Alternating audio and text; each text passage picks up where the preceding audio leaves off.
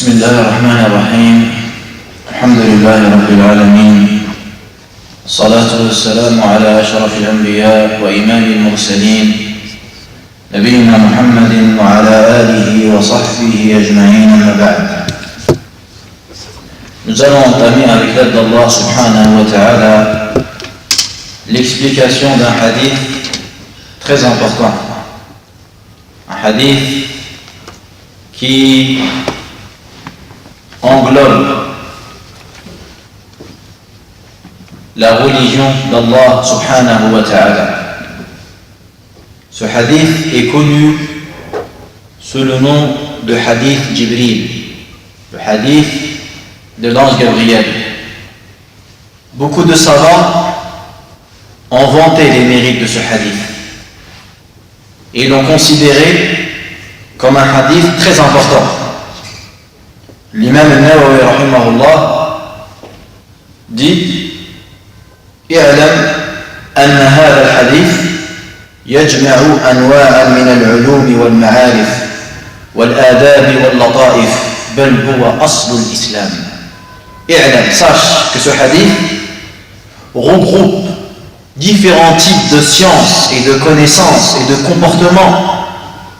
Il est la base de l'islam. Il est la base de l'islam. Al-Imam al-Qurtubi rahimahullah al-Maliki, il dit concernant ce hadith: هذا الحديث يصلح أن يقال له أم السنة لما تضمنه من جمل علم السنة. Il dit ce hadith mérite d'être nommé la mère de la sunna, tellement il renferme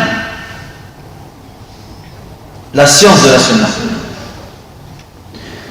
L'imam Ibn Daqiq al-Eid, il dit une parole similaire. Il dit: فهو كالأم للسنة كما سميت الفاتحة أم القرآن لما تضمنته من جمعها معاني القرآن. Il dit ce hadith est considéré comme la mère de la sunna, tout comme Surat al-Fatiha est considérée comme la mère du Coran, car al-Fatiha a regroupé le message du Coran. L'imam Ibn Rajab rahimahullah al-Hanbali, quand il évoque les mérites et la grandeur de ce hadith, il dit: وهو حديث عظيم يشتمل على شرح الدين كله ولهذا قال النبي صلى الله عليه وسلم في آخره: هذا جبريل آتاكم يعلمكم دينكم. Ibn Rajab, il dit, c'est un hadith immense.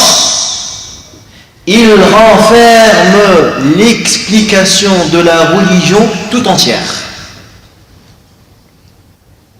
Et c'est la raison pour laquelle, à la fin de ce hadith, le prophète sallallahu alayhi wa sallam dit à ses compagnons: c'était l'ange Gabriel, il est venu pour vous enseigner votre religion.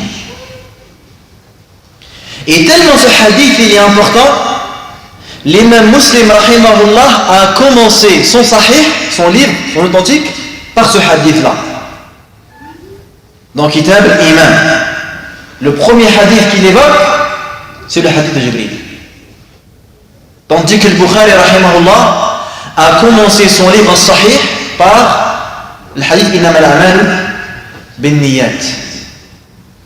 Et quand l'imam al-Nawawi rahimahullah est venu faire la compilation de ces 40 hadiths qui ont pour objectif d'expliquer la religion tout entière, il a commencé l'Arba'in par le premier hadith de Bukhari, puis en deuxième, il a cité le premier hadith qu'a cité Muslim rahimahullah. Et avant lui, l'imam al-Baghawi a fait la même chose quand il a écrit son livre Sharh al-Sunnah. Le premier hadith, il a mis Innama al-a'mal bin-niyyat, et le deuxième hadith, il a cité le hadith de Jibril. Ce n'est pas pour rien, parce que ces hadiths-là ont une importance. Cela signifie que si on comprend parfaitement ce hadith qu'on va étudier ce mois-ci, on aura compris notre religion. Donc ce n'est pas quelque chose de minime, mais c'est très important. C'est une étude louable et honorable. Ce hadith-là, il est authentique sans aucun doute et aucune hésitation. Il a été rapporté par l'imam Muslim, mais également le Bukhari l'a rapporté dans une autre version. Il a été aussi rapporté par l'imam Abu Daoud et l'imam Ahmad, l'imam Al-Tirmidhi, l'imam Al-Nasa'i, l'imam Ibn Majah, l'imam Ibn Hibban, l'imam Al-Ajurri. Il a été aussi rapporté par l'imam Al-Bayhaqi, rahimahullah, rahimahullah al-jami'. Et il y a 5 compagnons, comme cela a été évoqué par Al-Hafidh Ibn Hajar rahimahullah, qui ont rapporté ces faits. Il y a Abu Dhar, Ibn Omar, Anas, Ibn Abbas et Abu Amir al-Ash'ari. Ces 5 compagnons-là, ils ont rapporté ce hadith. Mais bien sûr, ils l'ont rapporté avec une manière différente. Nous maintenant, s'il se passe un événement là, et que vous, après, vous allez le raconter, est-ce que vous allez tous le raconter de la même manière? Non. Il y en a certains d'entre vous, ils vont citer des détails qu'un autre n'a pas cités. C'est vrai ou pas? Il y en a d'autres, ils vont peut-être oublier ou éviter de citer certains aspects dont ils pensent qu'il n'y a pas profit de le citer. Et nous, lorsqu'on va expliquer ce hadith, on va essayer de citer toutes les versions pour avoir une connaissance parfaite de ce hadith. Et moi, le conseil que je vous donne, c'est de mémoriser ce hadith. Si vous voulez être des vrais étudiants, si vous voulez avoir un niveau, si vous voulez que ce cours ait un effet sur vous dans votre quotidien, il faut de l'apprentissage, il faut du hifz. Sans hifz, tu n'es rien. Sans hifz, tu n'es rien. Donc, celui qui a la capacité, il essaye de apprendre ce hadith-là. Certes, il est un peu long, mais il est très important. Et Omar ibn al-Khattab, il nous rapporte ce hadith d'une manière extraordinaire. Celui qui écoute ce hadith pour la première fois, il reste dans un suspense jusqu'à la fin. Car Omar, radiyallahu anhu, a raconté ce hadith d'une manière à ce que celui qui l'écoute, il vit la même situation qu'a vécu le Sahaba.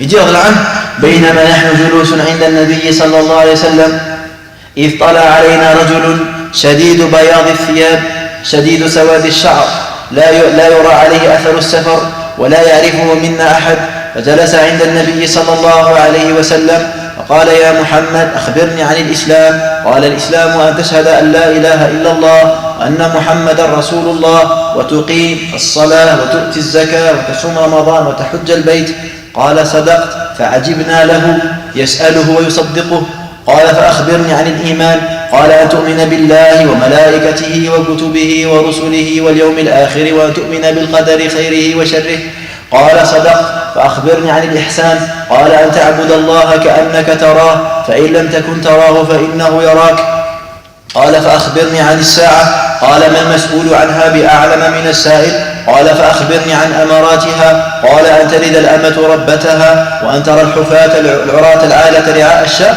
يتطاولون في البنيان ثم لبثت مليا فقال النبي صلى الله عليه وسلم أتدري من السائل قلت الله ورسوله أعلم قال إنه جبريل آتاكم يعلمكم دينكم. Omar radhiyallahu anhu, il nous dit, un jour alors que nous étions assis près du prophète sallallahu alayhi wa sallam, un homme est apparu, vêtu d'un habit tout blanc, cheveux noirs. Rien n'indiquait que c'était un voyageur, et personne d'entre nous ne le connaissait. Il s'est assis auprès du prophète sallallahu alayhi wa sallam, il a mis ses mains sur ses genoux, puis il lui dit, Ya Muhammad, informe-moi au sujet de l'islam. Le prophète sallallahu alayhi wa sallam lui répond, l'islam consiste à que tu attestes qu'il n'y a aucune divinité qui mérite d'être adorée si ce n'est Allah, et que Muhammad est son serviteur et son messager, et que tu accomplisses la prière, tu t'acquittes de la zakat, tu jeûnes le ramadan et tu fais le pèlerinage. Cet homme lui dit, tu as dit vrai. Sahaba était étonné, il pose des questions, puis il lui dit, tu dis vrai. Il lui dit, informe-moi au sujet de la foi. Il lui dit, la foi c'est que tu crois en Allah en ses anges, en ses livres, en ses prophètes au jour dernier, et que tu crois au destin bon et mauvais. Et il lui dit, tu as dit vrai. Informe-moi au sujet de la bienfaisance ou de l'excellence. Et il lui dit, la bienfaisance, c'est que tu adores Allah comme si tu le voyais. Et même si tu ne le vois pas, certes lui, il te voit. Il lui dit, informe-moi au sujet de l'heure. Il lui dit, l'interroger n'est pas plus savant que celui qui interroge. Informe-moi au sujet de ces signes, lui dit-il. Ces signes précurseurs. Il lui dit que la maîtresse, que la femme naisse sa maîtresse, et que tu vois les hommes, les va-nu-pieds, se concurrencer dans les hautes constructions. Puis il est parti. Quand il dit, Sahaba, savez-vous qui était cette personne? Ils répondent, Allah et son prophète sont les plus savants. Et il dit, c'était l'ange Gabriel, il est venu pour vous enseigner votre religion. Quand vous écoutez ce hadith pour la première fois, vous ne savez pas que c'est l'ange Gabriel. Omar, il le dit à la fin. Regardez même la science qu'avaient les Sahaba dans leur manière de raconter. Ils attirent l'attention. Et telle était la méthodologie du prophète lorsqu'il parlait avec ses compagnons. Il attirait l'attention. Atadruna mal ghiba. Savez-vous qu'est-ce que la médisance leur dit-il? Allah wa Rasuluhu a'lam. Al-ghibatu dhikruka akhak bima yakrah. Atadruna man al-muflis. Savez-vous qui est le ruiné? Allah wa Rasuluhu a'lam. Le ruiné, etc. Les personnes attirer l'attention. Même dans la manière de parler, quand il s'exprime, il attire l'attention.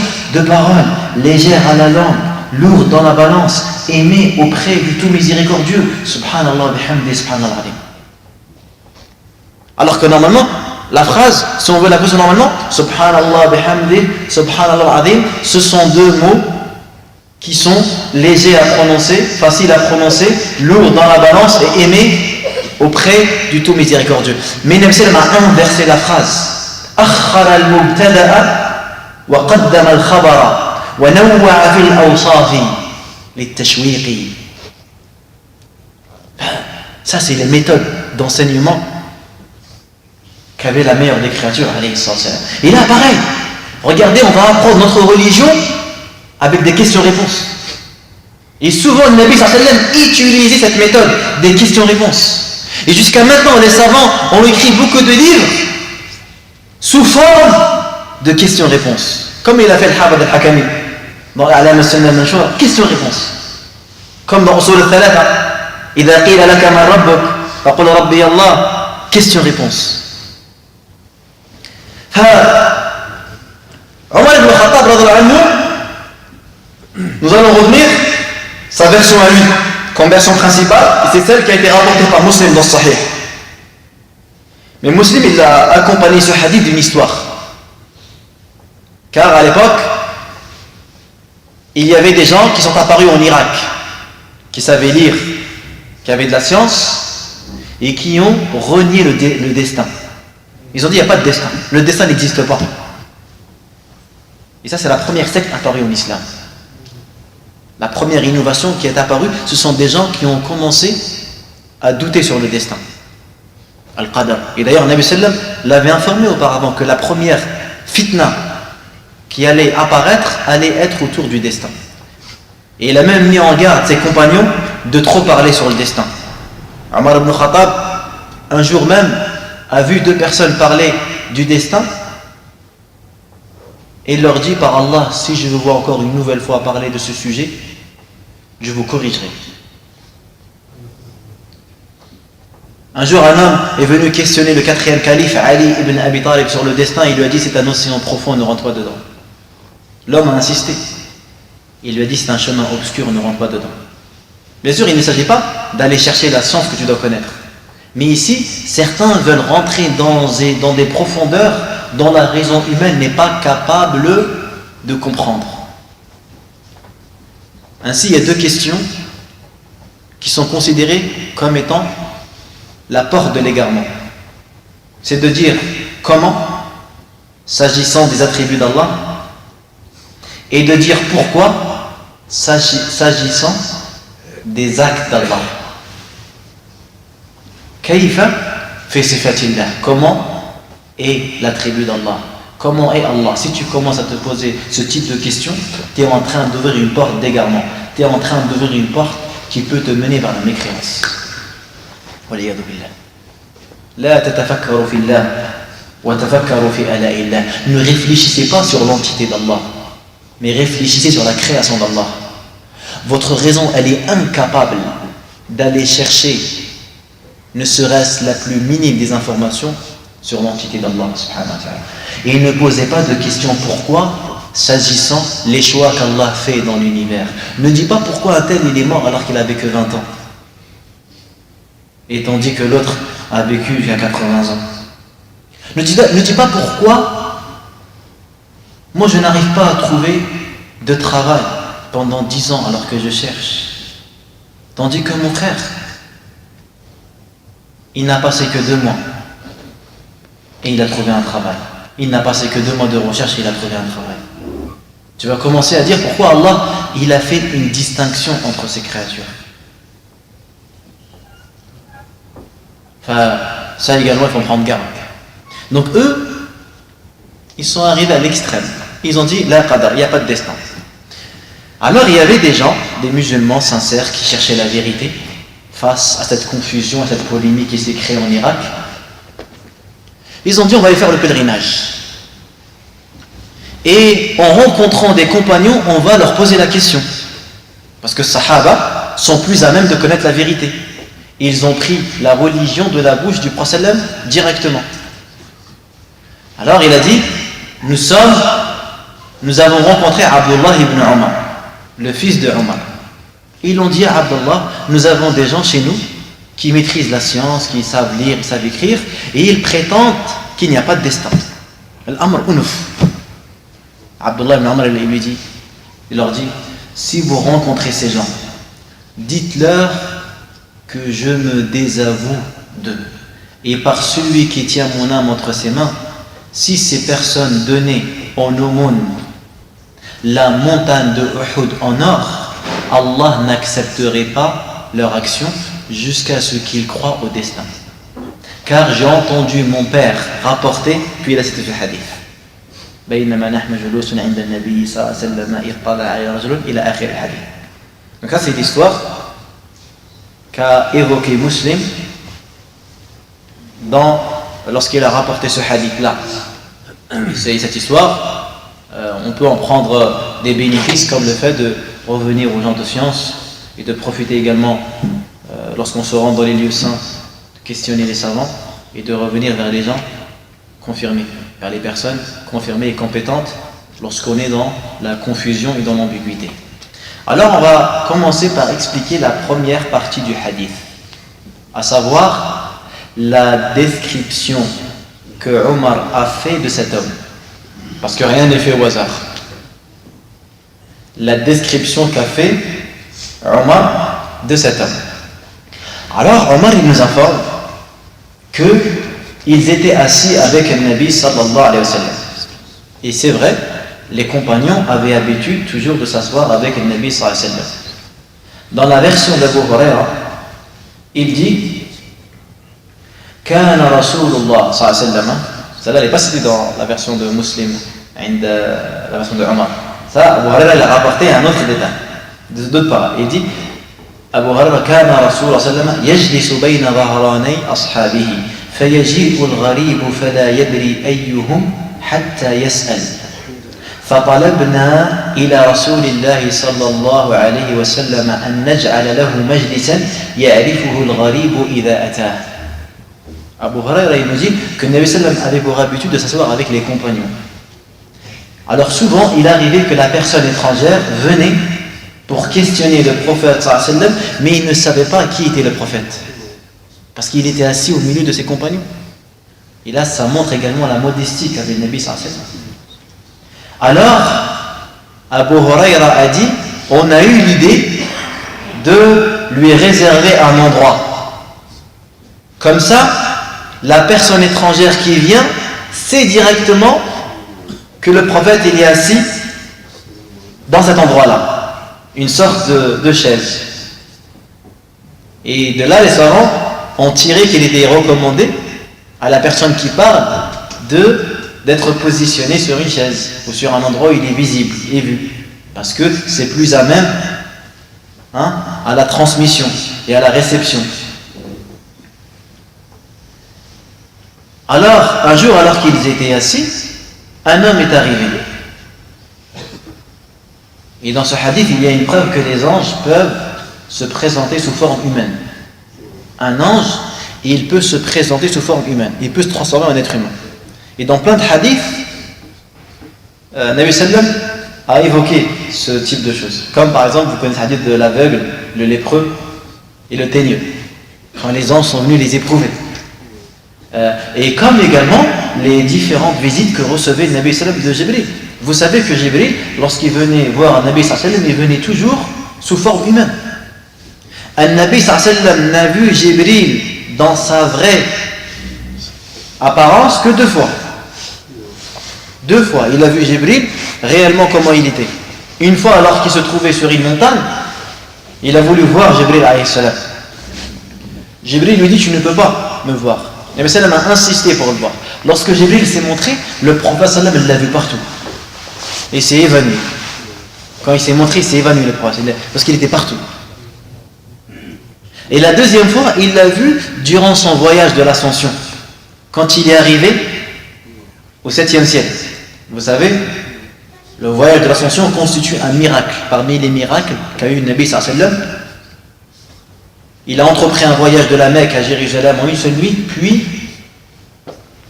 il est parti dans les cieux, jusqu'à qu'il a vu le paradis et l'enfer, accompagné de Jibril alayhi salam. Quand il est arrivé au 7e ciel, et plus exactement au lotus final, Sidratul Muntaha, Jibril s'est arrêté. Et il lui a dit: continue, parce que moi je ne peux pas accéder à cet endroit. Il arrive à un endroit qu'on appelle Sidratul Muntaha. Même Jibril alayhi salam ne pouvait pas accéder. Et Allah Azza wa Jalla nous rapporte ce voyage-là. Et Allah Azza wa Jalla, il nous évoque le comportement sublime qu'a eu le prophète sallallahu alayhi wa sallam lorsqu'il a accompagné Jibril dans cet univers. Dans quelle sourate? An-Najm. An-Najm. وَالنَّجْمِ إِذَا هَوَى مَا ضَلَّ صَاحِبُكُمْ وَمَا غَوَى وَمَا يَنطِقُ عَنِ الْهَوَى إِنْ هُوَ إِلَّا وَحْيٌ يُوحَى عَلَّمَهُ شَدِيدُ الْقُوَى. Puis après Allah Azza wa Jalla nous raconte le voyage qu'il a fait lorsqu'il est arrivé. Sidratul Muntaha, il dit: مَا زَاغَ الْبَصَرُ وَمَا طَغَى. Et son regard, il n'a pas dévié. Le comportement qu'il avait, c'est pas il regardait partout. مَا زَاغَ الْبَصَرُ وَمَا طَغَى لَقَدْ رَأَى مِنْ آيَاتِ رَبِّهِ الْكُبْرى. Il a vu des signes manifestes de la part de son Seigneur durant ce voyage. Il dit: quand j'ai continué, je me suis retourné et j'ai vu Jibril alayhi salam avec ses 600 ailes. Ça, c'est la deuxième fois dans laquelle Nabi sallam a vu Jibril alayhi salam. Sinon, les autres fois, Jibril se présentait sous forme humaine. Donc les anges peuvent se transformer en humains. Tout comme les djinns également peuvent le faire. Un djinn aussi peut se présenter sous forme humaine. Comme cela a été évoqué dans le hadith d'Abu Huraira, rapporté par Al-Bukhari, du djinn qui avait volé de la nourriture, alors qu'Abu Huraira était chargé de garder. Également, les djinns peuvent se transformer en animaux. Ils peuvent être des bêtes. Comme dans le hadith de Sahih Muslim. C'est la raison pour laquelle Nabi sallam il nous apprend que quand on voit un serpent, on ne doit pas le tuer directement. On doit lui dire de sortir. Parce que peut-être qu'il est habité. Et ça, c'est un comportement que, bien sûr, les gens qui sont loin de ce genre de situation ne connaissent pas. Mais les musulmans qui habitent dans ce type de lieu savent parfaitement que ces situations-là existent. Ils savent parfaitement que le comportement, c'est quoi? C'est de faire sortir cette personne avec la parole parce que peut-être qu'il est habité. Enfin, ça, c'est des preuves qui montrent que les musulmans, en fait, il ignore beaucoup de choses de la vie. Hein? Le monde invisible, c'est un monde qui n'a pas de limite pour nous. Et peut-être que... Et c'est pour ça d'ailleurs qu'Allah l'a rendu invisible. C'est une rahma, une miséricorde pour nous. Si vous saviez ce que je sais, vous rirez peu. Et vous pleurez beaucoup. Et vous n'aurez jamais éprouvé de plaisir avec les femmes. C'est vraiment, vous savez ce que je sais. C'est la raison pour laquelle la science est la cause la plus importante qui mène vers la crainte d'Allah. C'est la cause la plus importante qui mène vers la crainte d'Allah. Innama yakhsha Allah min ibadihi al-ulama. Ne craint Allah parmi ses serviteurs que les sages. Ceux qui sont le plus à même à craindre Allah Azza wa Jalla, à le vénérer et à l'estimer comme il se doit, sont ceux qui ont acquis la science et le savoir. Dans ce hadith, Jibril alayhi salam se présente dans la vie sous apparence humaine. Et regardez quelle apparence avec laquelle il est venu. Rajulun shadidu bayad al-thiyab, vêtements tout blancs. Jibril alayhi salam ici s'est présenté comme un étudiant de science. Et dans son attitude, il y a un message transmis aux étudiants. Vous devez vous présenter comme Jibril alayhi salam. Vous devez vous comporter lorsque vous allez demander la science comme Jibril alayhi salam. L'introduction de ce hadith est une somme d'informations destinées à celui qui désire, à celui qui convoite le savoir. Al-adabu qabla al-ilm. Le comportement passe avant la recherche de la science. Un étudiant de science, lorsqu'il va apprendre, lorsqu'il va à l'école, lorsqu'il va à la mosquée, lorsqu'il va chez son professeur, il doit être bien habillé. Tout comme lorsque tu vas faire un entretien ou chercher un travail, tu te présentes bien, tu es bien habillé, tu es bien vêtu. La science mérite encore plus ce comportement-là. Parce que ce que tu demandes est l'héritage des prophètes et des messagers. Ce n'est pas la dunya, ce n'est pas de l'argent.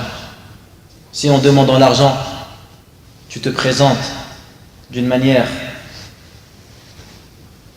correcte, alors que dire quand tu convoites la science légiférée? Shadidu bayad, shadidu sawad sha'r, qui a les cheveux très noirs. Ceci indique qu'il faut que le musulman cherche le savoir lorsqu'il est jeune. Ça fait référence à la jeunesse de cet homme. Il n'était pas vieux.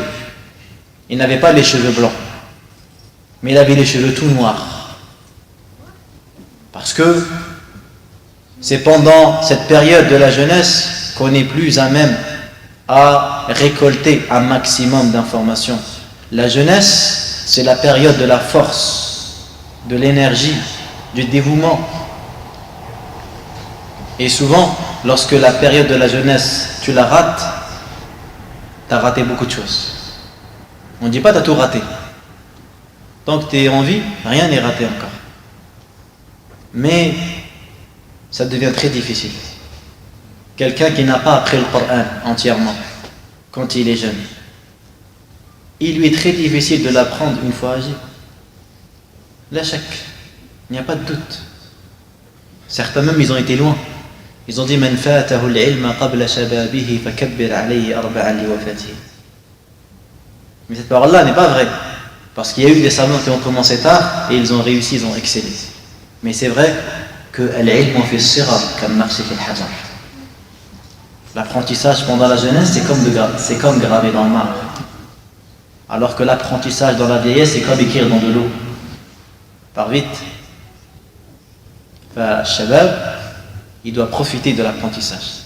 Il doit profiter de l'ilm, d'acquérir, de se perfectionner. Parce que c'est en étant jeune qu'on forme notre personnalité.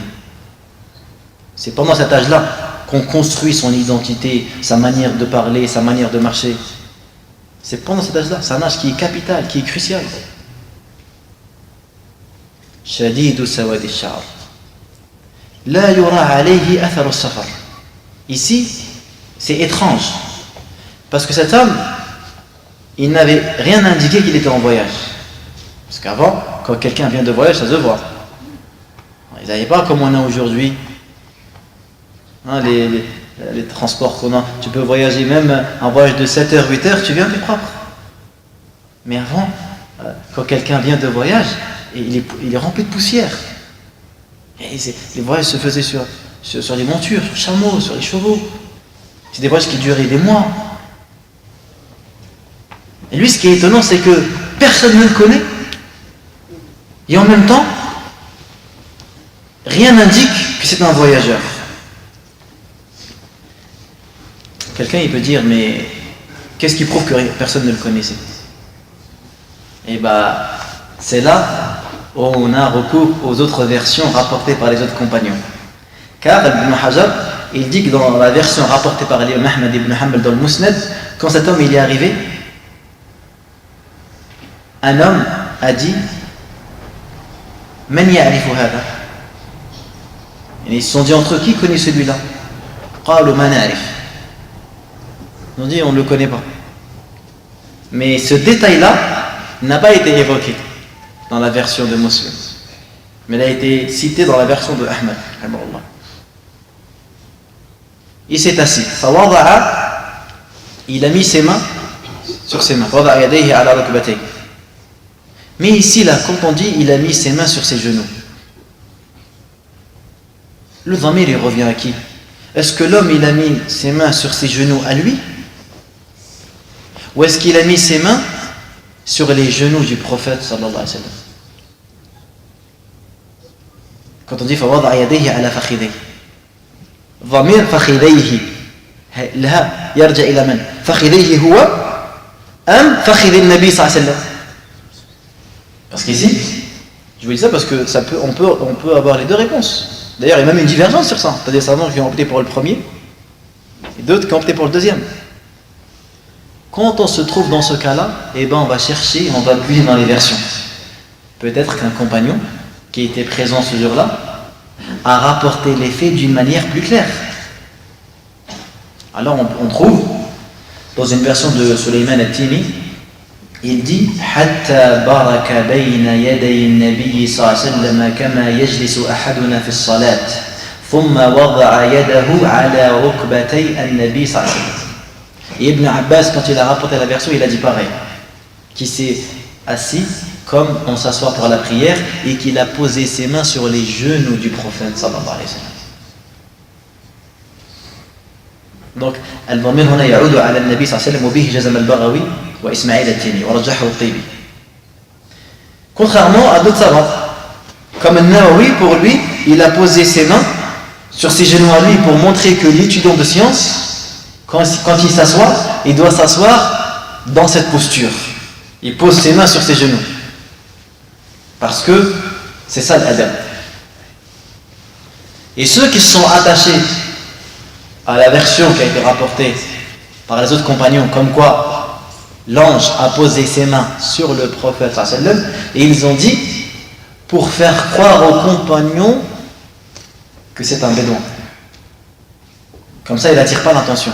Parce que les bédouins, fihim jafar, ils avaient une dureté, les bédouins. D'ailleurs, quand il venait voir un Nabi sallallahu alayhi wa sallam, il l'appelait par son nom, Ya Muhammad. Et ça se fait pas, ça.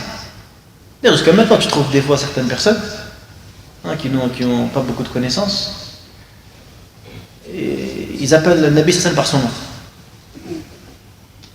Ils disent que quand Muhammad est venu, c'est sous adab. لا تجعلوا دعاء الرسول كدعاء بعضكم لبعض. جاء النبي رسول الله نبي الله صلى الله عليه وسلم. Musulmans respectent le Nabi sallallahu alayhi wa sallam. Les gens de la dunya, quand ils reçoivent un président, voilà un ministre, les gens éduqués, monsieur le ministre, votre Altesse, monsieur le président, monsieur le juge, respectent les gens qui ont de la valeur. Et nous, tu vois des musulmans? Parce que pareil, le prophète Mahomet, il a dit. Tu parles de qui, le prophète Mahomet?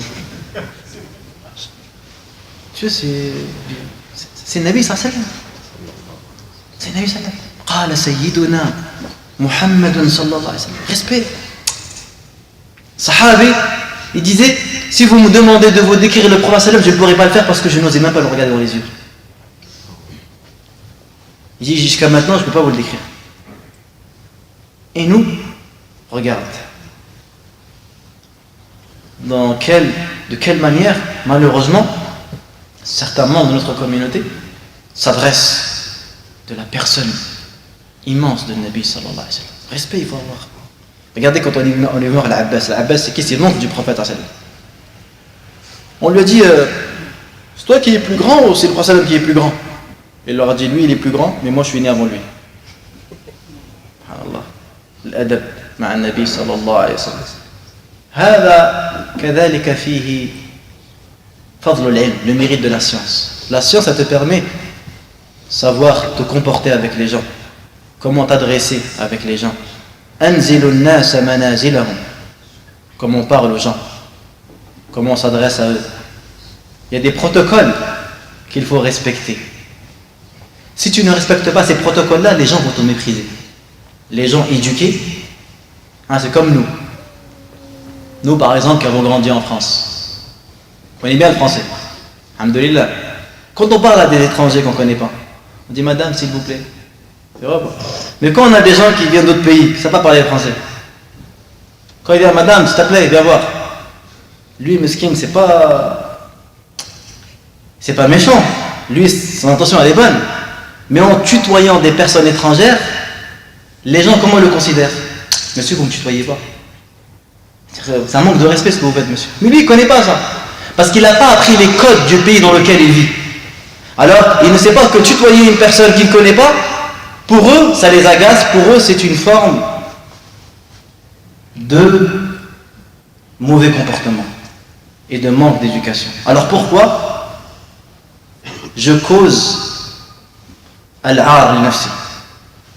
Pourquoi est-ce que je vais causer la mauvaise opinion, la mauvaise vision sur ma personne? L'ilm t'apprend également à te faire respecter. Tu te fais respecter bil-ilm. Donc Jibril alayhi salam, il s'est assis et il a fait comme le bédouin. Ya Muhammad, il n'a pas dit à Rasulallah, il lui dit Ya Muhammad, akhbirni anil islam, informe-moi au sujet de l'islam. Regardez les questions importantes. Par quoi il commence? Informe-moi au sujet de l'islam. Beaucoup d'entre nous, on connaît les piliers de l'islam. Mais bien sûr, notre connaissance des piliers de l'islam n'est pas la même. Notre connaissance du premier pilier, du deuxième pilier, du troisième pilier n'est pas la même.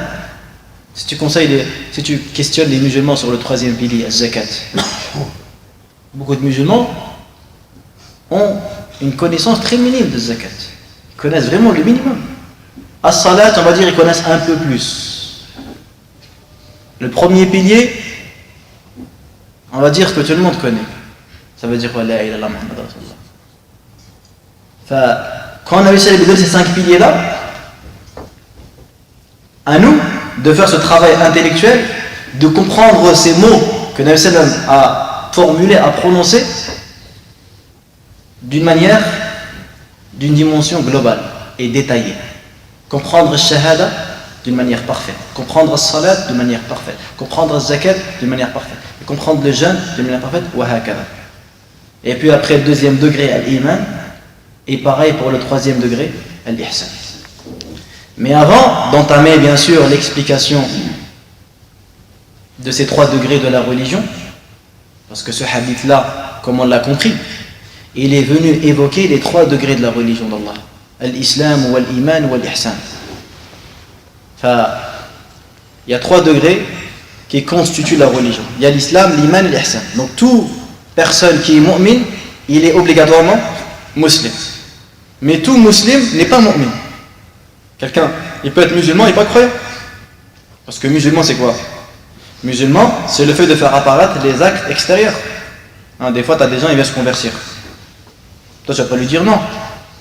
Même si tu sais qu'il vient se convertir juste pour se marier.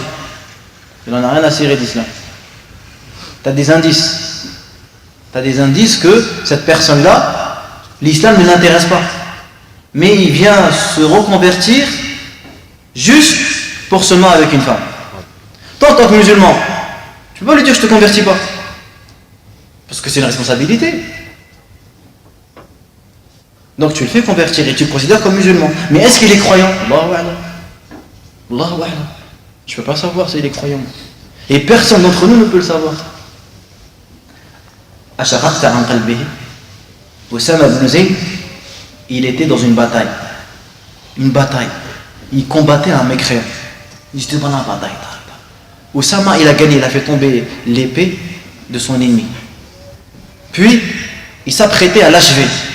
Son ennemi, quand il s'est vu perdre, il a dit Ashhadu an la ilaha illallah wa anna Muhammad Rasulullah. Il l'a exterminé. On l'a rapporté au prophète sallallahu alayhi wa sallam. Mais c'est me dit Ya Oussama, aqataltahu ba'da an qala la ilaha illallah. Tu l'as tué après qu'il ait dit la ilaha illallah. Il le dit à Rasulullah, il l'a dit pour se protéger. Ashaqaqta fi qalbi. Il a dit, tu as ouvert sa poitrine pour le savoir. Tu as ouvert sa poitrine pour le savoir. Ya Oussama, que vas-tu faire de la ilaha illallah lorsqu'elle viendra te solliciter en prière? Vous savez qu'est-ce qu'a dit Oussama ibn Zayd? Il a dit à ce jour-là, j'avais souhaité que ma conversion ne se ferait qu'après cet événement. Et tellement al-Salam lui a répété ces paroles, il dit, j'avais souhaité que mon islam n'ait lieu qu'après cet événement-là. Tellement il a regretté son geste. Alors qu'il y avait tout pour faire penser que cette personne, qu'est-ce qu'il a? Il l'a fait pour se protéger. Walakin, toi Allah, il t'a pas demandé de regarder dans les cœurs. T'as pas demandé de rentrer dans les cœurs parce que tu peux pas. Tout croyant il est musulman, mais tout musulman n'est pas croyant.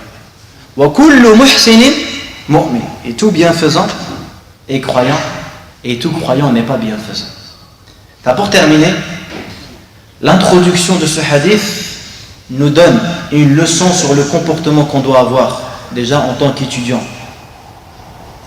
Et également, elle nous donne comme information que le musulman, il peut poser des questions même s'il connaît la réponse. Il pose la question dans le but d'enseigner les autres. Exemple, toi, tu as un ami à toi qui fait un péché. Et tu as du mal à lui dire directement. Alors devant lui tu poses la question, tu dis Ya Cheikh, je voudrais savoir si quelqu'un il fait ce genre de choses, qu'est-ce que l'islam dit sur ça? Comme ça lui il entend la réponse. Tu l'enseignes indirectement. Des fois on a du mal à adresser à des gens certains conseils, certaines paroles. Et bien on peut avoir recours à ça. On pose une question alors qu'on connaît la réponse, mais on la pose juste pour que la personne apprenne. Ça c'est une bonne niya. Ça c'est une bonne chose. Et vous avez des gens qui font la même chose, mais avec une mauvaise niya. Il a posé la question pour tester. Des fois il y en a, ils viennent te poser la question pour tester. Est-ce que tu connais ou tu connais pas?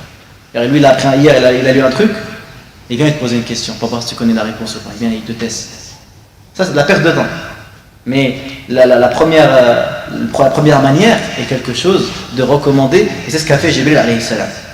Donc, on va s'arrêter là, Inch'Allah, et on retient la manière par laquelle Jibril alayhi salam s'est présenté à Nabi sallallahu alayhi wa sallam, et pour nous justement nous transmettre les valeurs du comportement et de l'attitude que doit avoir celui qui convoite le savoir religieux. نسأل الله سبحانه وتعالى أن يوفقنا وإياكم بما يحب ويرضى وأن يجعلنا ممن يستمعون القول فيتبعون أحسنه أولئك الذين هدى الله وأولئك هم المهتدون والحمد لله رب العالمين.